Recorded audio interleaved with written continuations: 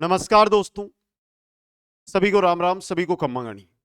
और आशा करता हूं कि कल का पार्ट 1 आपने देख लिया होगा। अगर नहीं देखा है तो सेम थंबनेल से पार्ट 1 आपको मिलेगा, वो जाकर एक बार आप जरूर अटेंड कर लें, क्योंकि उसमें हमने जो विगत एग्जामों में शिक्षा मनोविज्ञान के जो क्वेश्चन 2 से अधिक बार पूछे गए हैं वो 50 क्वेश्चन देख लिए थे। आज हम 51 से लेकर 101 तक के जो क्वेश्चन है वो इस वीडियो के अंदर देखने वाले हैं। तो सबसे पहले एक बार जल्दी से वीडियो को लाइक, शेयर और चैनल को सब्सक्राइब करिए, और फिर 51 से लेकर 101 तक के जो क्वेश्चन है, जो रीट के लिए इंपॉर्टेंट क्वेश्चन है, उनका मजा लीजिएगा दोस्तों। क्वेश्चन नंबर 51 देखिए, अधिगम की दृष्टि से प्रेरणा का संबंध किस प्रकार की उत्तेजना से होता है। क्वेश्चन इंपॉर्टेंट है, एग्जाम की दृष्टि से बहुत ही मोस्ट इंपॉर्टेंट क्वेश्चन बनता है कि अधिगम की दृष्टि से प्रेरणा का संबंध किस प्रकार की उत्तेजना से होता है। अधिगम की जब बात करते हैं तो प्रेरणा आंतरिक होती है, यानी ऑप्शन ए आपका यहां पे सही रहेगा। नेक्स्ट क्वेश्चन है, निम्न में से क्या प्रेरणाओं की उत्पत्ति का स्वाभाविक कारण है। प्रेरणाएं क्यों उत्पन्न होती है, इसका स्वाभाविक कारण क्या है। आत्मरक्षा की भावना है, अचेतन मन है, सुख व आनंद प्राप्त करने की भावना, तीनों ही है। तो उपरोक्त सभी ऑप्शन डी आपका यहां पे सही रहेगा। नेक्स्ट क्वेश्चन है आपका, किसी बालक में प्रेरणाओं की उत्पत्ति हेतु निम्न में से क्या एक अर्जित कारण नहीं है। अर्जित कारण नहीं है, सामाजिक नियम अर्जित, विद्यालय क्रियाकलाप, सहपाठियों के साथ घनिष्ठ संबंध, लेकिन इच्छा शक्ति यह अर्जित नहीं होती है। तो डी ऑप्शन आपका यहां पे सही रहेगा। नेक्स्ट क्वेश्चन है, किसी बालक में जो प्रेरक सामाजिक आदर्शों, स्थितियों, संबंधों आदि के कारण उत्पन्न होते हैं वह कहलाते हैं। क्वेश्चन को थोड़ा ध्यान से पढ़ना, उत्तर यहां पर कंफ्यूजन करने वाला मिलेगा आपको, और आप ये सोचोगे कि ये हो कैसे गया। देखो, आप क्या करोगे, जैसे ही सामाजिक दिखेगा तो आप करोगे सामाजिक प्रेरक, और यह हो जाएगा आपका गलत। क्यों हो जाएगा, देखिए सामाजिक आदर्श, स्थितियां, संबंध आदि के कारण जो उत्पन्न हो, यानी अर्जित प्रेरक होगा। यहां क्या होगा, अर्जित प्रेरक। नेक्स्ट क्वेश्चन है, किसी बालक के विकास में निम्न में से क्या कृत्रिम प्रेरक है। दंड, पुरस्कार और प्रशंसा, ये तीनों ही आपके क्या है, यहां पे कृत्रिम प्रेरक माने जाते हैं। तीनों ही कृत्रिम प्रेरक है जो माने जाते हैं। क्वेश्चन नंबर 56 है, चालक व्यक्ति में किस प्रकार की क्रिया उसके व्यवहार के लिए उत्तरदायी है। चालक व्यक्ति है तो उसमें किस प्रकार की क्रिया उसके व्यवहार के लिए उत्तरदायी है। पहली है निश्चित, और सही भी रहेगी निश्चित क्रिया दोस्तों। अगला क्वेश्चन देखिएगा, किसी बालक में सोचने का महत्वपूर्ण साधन क्या होता है। कोई बालक है, उसमें सोचने का जो महत्वपूर्ण साधन है वो क्या होगा, यह आपको बताना है। क्या होगा, तो सही रहेगा ऑप्शन है संकल्पना। क्या होगा, संकल्पना। नेक्स्ट क्वेश्चन है, सोचना एवं सीखना का लक्ष्य क्या है। सोचना और सीखना, इनका लक्ष्य क्या होता है। क्वेश्चन प्यारा है भाई, उत्तर देखोगे तो बताओगे। सोचना और सीखना का लक्ष्य होता है उद्देश्यपूर्ण। कैसा होता है, उद्देश्यपूर्ण दोस्तों। नेक्स्ट है, शिक्षक ही संपूर्ण समाज को प्रगति के मार्ग पर ले जा सकता है, क्योंकि वह समाज की बात अधिक सोचता है, भावी नागरिकों को सही मार्ग दिखा सकता है। भावी नागरिक है, उनको सही मार्ग एक शिक्षक ही दिखा सकता है दोस्तों। तो यहां पे ऑप्शन बी सही रहेगा। नेक्स्ट है, कक्षा शिक्षण के दौरान बालकों की रुचि बनाए रखने हेतु आप निम्न में से क्या उपाय अपनाएंगे। उनको लगातार कहते रहेंगे कि वे आपकी बात ध्यान से सुने, कक्षा की खिड़कियां और दरवाजे बंद कर देंगे, शिक्षण को रोचक बनाएंगे। शिक्षण को रोचक बनाएंगे, सी ऑप्शन सही रहेगा। बाल्यकाल में बालकों में गैंग निर्माण के विषय में कौन सा कथन सत्य है।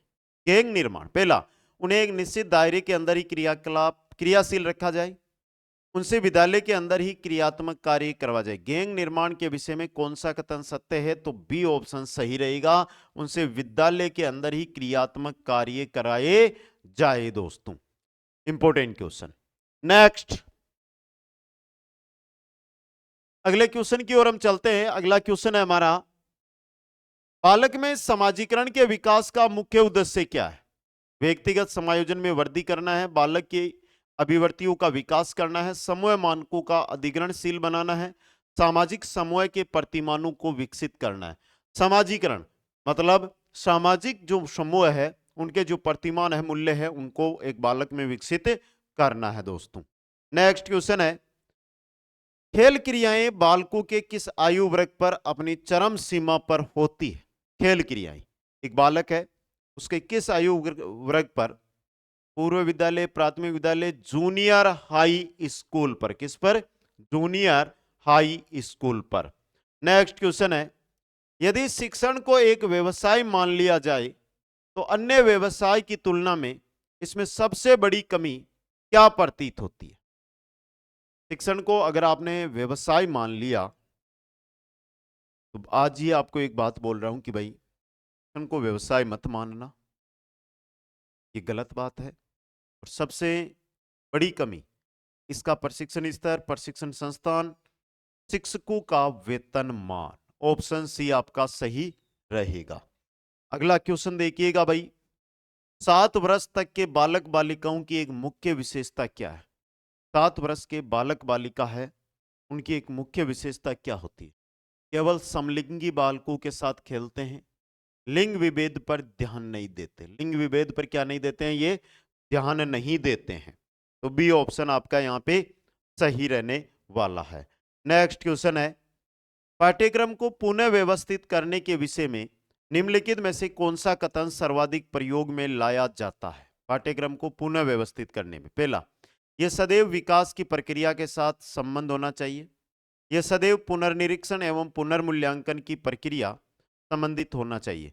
पाठ्यक्रम को पुनः व्यवस्थित करके विषय में निम्न में से कौन सा कथन? तो दूसरा कथन देखिए आप, यह सदैव पुनर्निरीक्षण एवं पुनर्मूल्यांकन की प्रक्रिया संबंधित होना चाहिए दोस्तों। क्वेश्चन नंबर 67 है, भाषा को परिभाषित करने के लिए उपयुक्त है जैविक विकास का परिणाम, उत्तम समस्या समाधान की दिशा में एक कदम, अनुभवों को प्रकट करने का उत्तम उपाय क्या है? भाषा है। अगर अनुभव है उनको प्रकट करना है तो उनका उत्तम उपाय क्या रहेगा?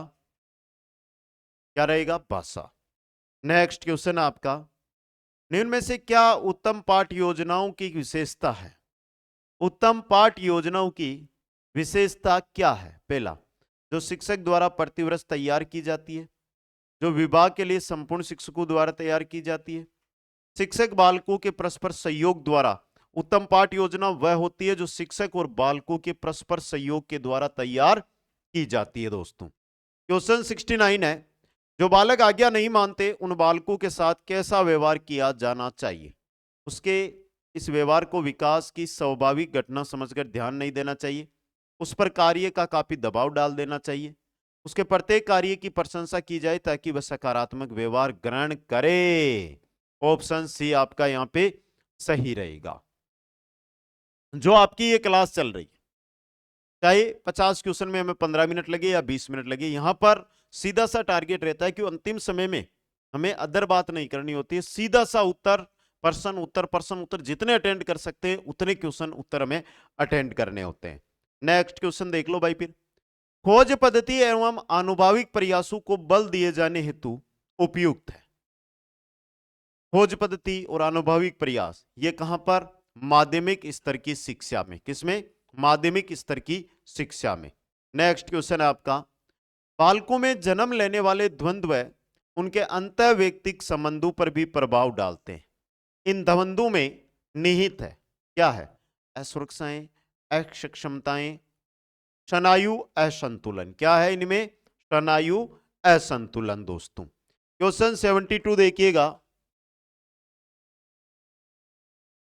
72 नंबर क्वेश्चन है, एक बार उत्तर कमेंट करना आप भाई, उत्तर दो भाई। कक्षा में बालकों के मानसिक स्वास्थ्य को निम्न में से अधिक प्राथमिकता प्रदान नहीं की जा सकती है। किसके द्वारा? बालकों को शारीरिक व्यायाम के लिए दी जाने वाली छूट, बालकों के अभिभावकों का मानसिक स्वास्थ्य। ऑप्शन बी आपका यहां पे सही रहेगा। क्वेश्चन नंबर 73 है मेरे साथियों, निम्न में से क्या सकारात्मक अभिवृत्ति के विकास में महत्वपूर्ण भूमिका अदा करता है? सकारात्मक अभिवृत्ति की यहां पर बात हो रही है, और महत्वपूर्ण। राहुल, मैं जानता हूं कि आपने पाठ नहीं पढ़ा। राजन, तुम गणित में कमजोर हो। राहुल, तुम इसकी मदद करो। राहुल की डेस्क से धन किसने चुराया? राहुल के बारे में उसके माता पिता को बताना कि वह आलसी व कामचोर है। सकारात्मक अभिव्यक्ति के विकास में महत्वपूर्ण भूमिका अदा करता है, वो करता है ऑप्शन डी वाला। यहां पे कौन सा? Option D. मेरे सभी साथी यहां पर करेंगे कि ये रहा, राजन तुम गणित में कमजोर हो, राहुल तुम इसकी मदद करो। लेकिन ये क्वेश्चन 2 बार अब तक एग्जाम में आया है और 2 बार ही सेम डिट्टो क्वेश्चन छपा और ऑप्शन डी एग्जामिनर ने यहां पे सही माना। अगला क्वेश्चन देखिएगा भाई। आपकी कक्षा का एक बालक अल्पकालीन स्मृति की समस्या से ग्रसित है। उसकी स्मृति निम्न में से कितनी अवधि की हो सकती है? 10, 20, 30, 40 सेकंड। कितने सेकंड की? 20 सेकंड की। ऑप्शन बी सही रहेगा। नेक्स्ट क्वेश्चन है, आपकी कक्षा का एक बालक मनोज किसी प्रश्न को हल कर लेता है, उसका सर्वोच्च पुरस्कार क्या है?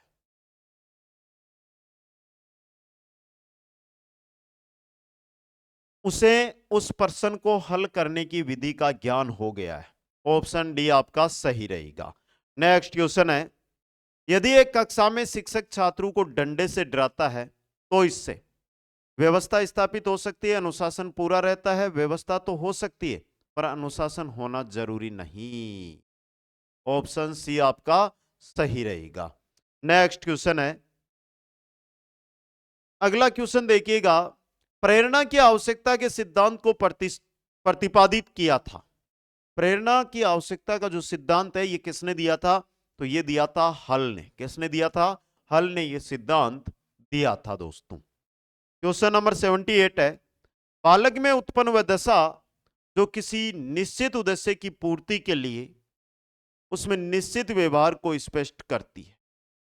निश्चित उद्देश्य की पूर्ति के लिए निश्चित व्यवहार को स्पष्ट करती है, वह है अभिप्रेरक। क्या है वो?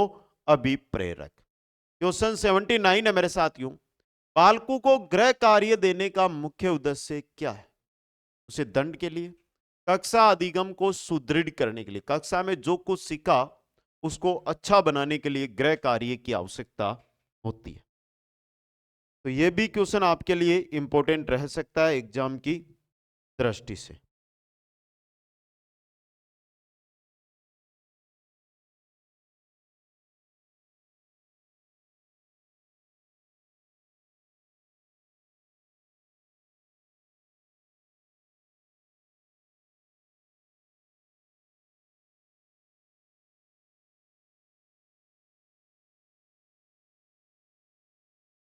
क्वेश्चन नंबर हमारा 80 देखिएगा। 80 नंबर क्वेश्चन है, पूर्व माध्यमिक कक्षाओं में बालक बहुत क्रियाशील होते हैं। ऐसी स्थिति में शिक्षक को निम्न में से क्या करना चाहिए? उनकी क्रियाशीलता को कम करने की कोशिश, उनकी क्रियाशीलता का अध्ययन करेंगे, उनकी क्रियाशीलता को रोकेंगे, उनकी क्रियाशीलता की सहायता से उन्हें कुछ उपयोगी शिक्षा देंगे। भाई क्रियाशील है तो रोकोगे क्यों? कुछ उपयोगी शिक्षा दो जिससे वो आगे बढ़ सके, देश के निर्माण में भागीदार बन सके। अधिगम के प्रयत्न और भूल विधि में सबसे अधिक महत्वपूर्ण तत्व क्या है? प्रयत्न और भूल विधि में सबसे अधिक महत्वपूर्ण तत्व, लक्ष्य, सकारात्मक क्रिया, प्रेरणा, अधिकाधिक प्रयास। प्रयत्न करते हो, भूलते हो तो अधिक से अधिक प्रयास करो, पक्का नहीं भूलोगे आप, पक्का नहीं भूलोगे। नेक्स्ट है, कक्षा में अनुशासन की समस्या एक प्रमुख समस्या है। इसका प्रमुख कारण क्या है? पढ़ाए जाने वाले विषय का विस्तार असीमित होना, पढ़ाए जा रहे विषय की रोचकता कितनी है, कक्षा में बालकों के बैठने की व्यवस्था कैसी है, तो ये मुख्य बिंदु है। तो प्रयुक्त सभी ऑप्शन डी आपका सही रहेगा। अगला क्वेश्चन देखिएगा, जब एक बालक आपको देखकर बिल्कुल आपकी तरह व्यवहार प्रकट करता है तो इसे आप क्या कहेंगे? कि उस नेता ने या उस अभिनेता ने आज इस प्रकार के कपड़े पहने, मैं भी ऐसे ही कपड़े पहनूंगा। आज हमारे शिक्षक है जो अलग ही प्रकार का शर्ट पहन के आए हैं, हम भी वैसा ही शर्ट पहनेंगे। तो ये क्या होता है? आपका अनुकरण करना, किसी का अनुकरण करना। नेक्स्ट क्वेश्चन है, एक व्यक्ति शिक्षक के रूप में नियुक्त होकर किसी विद्यालय में कक्षा 6 के कक्षा शिक्षक के रूप में जाता है। कक्षा में जाते ही ये सभी बालकों के नाम पूछना शुरू कर देता है। इस क्रिया से शिक्षक को क्या लाभ है? अगर आप देखो, आप सभी भावी शिक्षक हो, आप जैसे ही ज्वाइनिंग लो, कक्षा में जाओ, तो पहले आप अगर कक्षा के सभी छात्र हैं उनके नाम आपको याद है, तो इससे क्या होगा, बालकों के साथ शिक्षक का संबंध बढ़ेगा। यानी कि फिर आप ये नहीं बोलोगे कि तू खड़ा हो, तुम खड़े हो, तुम खड़े हो। तुम क्या बोलोगे, राकेश खड़ा हो, इस क्वेश्चन का उत्तर बता। रमेश खड़ा हो, इसका उत्तर बता। प्रियंका खड़ी हो, इसका उत्तर बता। यानी नाम पता होना, जिससे एक बच्चे को गर्वान्वित महसूस होता है। निम्न में से वह भौतिक कारक जो अधिगम प्रक्रिया में अवरोध के रूप में कार्य करता है। शुद्ध वायु, उपयुक्त तापमान, उपयुक्त धूप, विद्यालय में भरा प्रदूषित जल। ऑप्शन डी सही रहेगा। क्वेश्चन नंबर 86 है, अभिप्रेरणा अधिगम में किस रूप में सहायक है? अभिप्रेरणा अधिगम में किस रूप में सहायक है? तो देखिएगा, मुख्य रूप से सहायक के रूप में, सहायक के रूप में। नेक्स्ट क्वेश्चन है, एक प्रतिभाशाली बालक आपके द्वारा दिए गए कार्यों में बिल्कुल रुचि नहीं ले रहा है, ऐसी स्थिति में आप क्या करेंगे?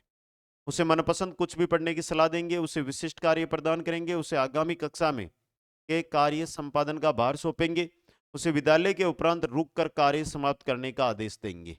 बहुत अच्छा, ऑप्शन डी देखो यहाँ पे और समझो क्वेश्चन का उत्तर आपको यहीं पर मिल जाएगा। अगला क्वेश्चन है आपका, रुचियों के संबंध में निम्न में से क्या सत्य है? रुचियों के संबंध में क्या सत्य है वो आपको बताना है। रुचियां जन्मजात होती है, रुचियों की उत्पत्ति वातावरण में उपस्थित अवसरों पर निर्भर करती है। सही बात है। आप मार्केट गए, सामने मिठाई की दुकान आपको जैसे ही दिखी तो आपको मिठाई खाने की एक रुचि उत्पन्न हुई कि मैं मिठाई खा लेता हूं। तो जैसा वातावरण उसी के अनुसार रुचियां उत्पन्न होती रहती है। बालक के विकास का निर्धारण करने के लिए उपयुक्त तरीका क्या है? बालक की आनुवंशिक संरचना, बालक की आनुवंशिकता तथा वातावरण दोनों की जटिल संरचना के द्वारा। आनुवंशिक और वातावरण की दोनों जटिल संरचनाएं। नेक्स्ट है, किसी बालक को व्यवहार का उपयुक्त प्रशिक्षण देने हेतु आप किसे सर्वाधिक आवश्यक मानते? पुरस्कार, सामाजिक प्रशंसा, दंड। स्वयं को एक अच्छे व्यवहार के उदाहरण के रूप में प्रस्तुत करना। भाई, आप एक बालक को व्यवहार सिखाना चाहते हैं, तो बालक के सामने आप जब जाएंगे तो आप उस व्यवहार का अनुकरण करिए ज्यादा से ज्यादा, बालक भी उसके बारे में ज्यादा से ज्यादा सोचेगा। नेक्स्ट है, बालक के व्यवहार के निर्धारण के विषय में निम्न में से वह व्यवहार कौन सा है जो न्यूनतम रूप से सत्य प्रतीत होता है? देखो भाई, थोड़ा बड़ा क्वेश्चन है तो आराम से इसके ऑप्शनों को पढ़ो और फिर उत्तर निकालो।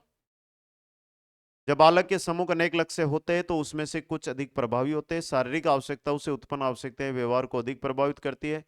उद्देश्य प्रक्रिया व्यवहार के निर्धारण में प्रसन्नता के प्रेरक से अधिक प्रभावी मानी जाती है। प्रत्येक बालक सुनिश्चित व्यवहार प्रदर्शन की स्थिति में अपनी आवश्यकताओं की संतुष्टि हेतु अधिकाधिक प्रयास करता है। डी ऑप्शन यहाँ पे सही रहने वाला है।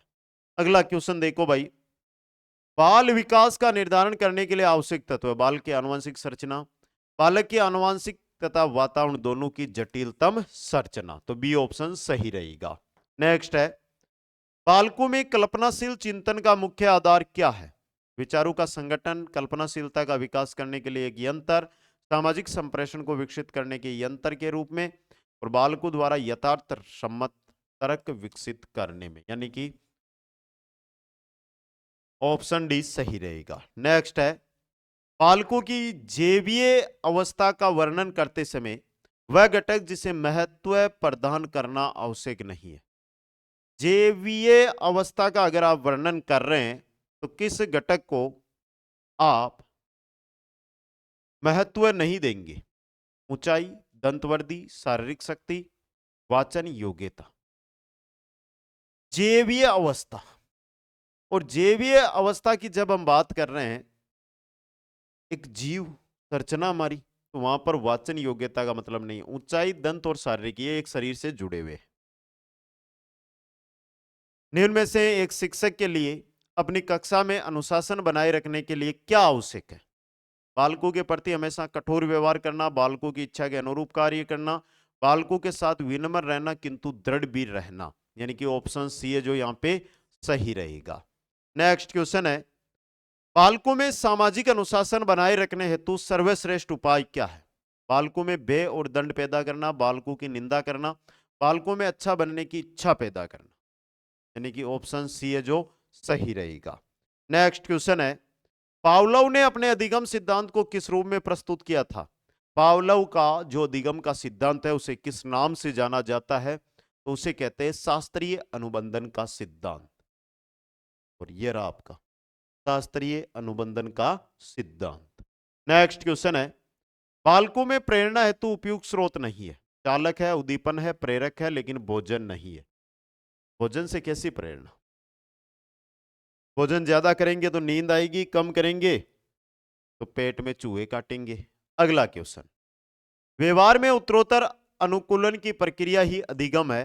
निम्न में से ये कथन किसका है? तो ये स्किनर का कथन है। किसका है? ये स्किनर का कथन है।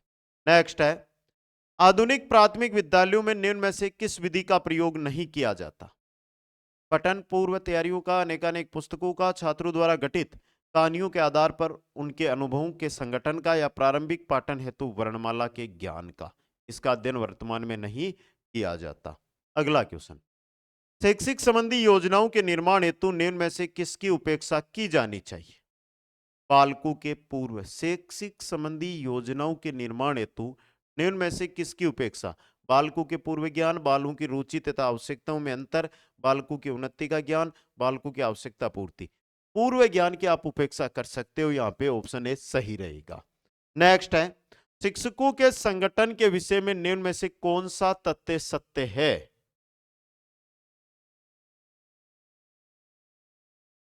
शिक्षक संगठन, देखो इन संगठनों में सहयोगात्मक जो रवैया है ना वो वर्तमान में समाप्त हो गया है। सहयोग किसी का नहीं करेंगे, अपना स्वार्थ जरूर देखेंगे। ओके, अगला क्वेश्चन, पूर्व माध्यमिक कक्षा के बालकों में समाजीकरण में खेलों द्वारा जो लाभ प्राप्त होता है वह है, बालक की क्रियाओं का अन्य बालकों की तुलना में मूल्यांकन हो जाता है, बालक सामाजिक प्रत्याशाओं के अनुकूल समायोजन सीख लेता है। ऑप्शन बी आपका सही रहेगा। नेक्स्ट है, क्रिया की सफलता से संतोष व एवं असफलता से असंतोष होता है, थोरनडाई के किस नियम की ओर इशारा करता है? इसकी ओर? तो प्रभाव के नियम की ओर। किसकी ओर? प्रभाव के नियम की ओर। प्रशिक्षण स्थानांतरण का संबंध निम्न में से किसके साथ है? प्रशिक्षण का स्थानांतरण, तो देखिए एक परिस्थिति से प्राप्त प्रशिक्षण का दूसरी परिस्थिति के सीखने में उपयोग करने के साथ, यानी कि ऑप्शन सी है जो यहां पे सही रहेगी। ये थे 105 101 का बोल के 105 क्वेश्चन आए हैं। अब एक चीज यहां से आपको बता देता हूं कि आगामी समय के अंदर चाहे कुछ भी हो, आगामी ये 20 दिन है, यहां पर मैं कम से कम 1000 क्वेश्चन साइकोलॉजी के करवाऊंगा आपको, जिसमें मॉडल पेपर रहेगा आपका 3 बजे जो लाइव रहता है। इसके अलावा प्रतिदिन वीडियो भी आपके सामने 50 60 100 क्वेश्चनों का आता रहेगा, तो मिस मत करना। साइकोलॉजी 30 में से 30 क्वेश्चन है ना, पेपर जिस दिन होगा उस दिन बोल दूंगा कि इस वीडियो से ये क्वेश्चन, इस वीडियो से ये क्वेश्चन, इस वीडियो से ये क्वेश्चन आया। और इन सभी की जो पीडीएफ है वो कुचामन ऑनलाइन क्लासेज जो हमारा टेलीग्राम चैनल है, जिसका लिंक डिस्क्रिप्शन में है, या आप टेलीग्राम में जाके सीधा सर्च करोगे कुचामन ऑनलाइन क्लासेज तो आपको टेलीग्राम मिल जाएगा, वो ज्वाइन कर लो। वहां पर कंप्लीट पीडीएफ आपको हर एक वीडियो की मिलती है दोस्तों। तो सभी साथियों को बहुत बहुत धन्यवाद। हंसते रहे, मुस्कुराते रहे और पढ़ते रहे, पढ़ाते रहे। जय हिंद, जय भारत, जय जय राजस्थान।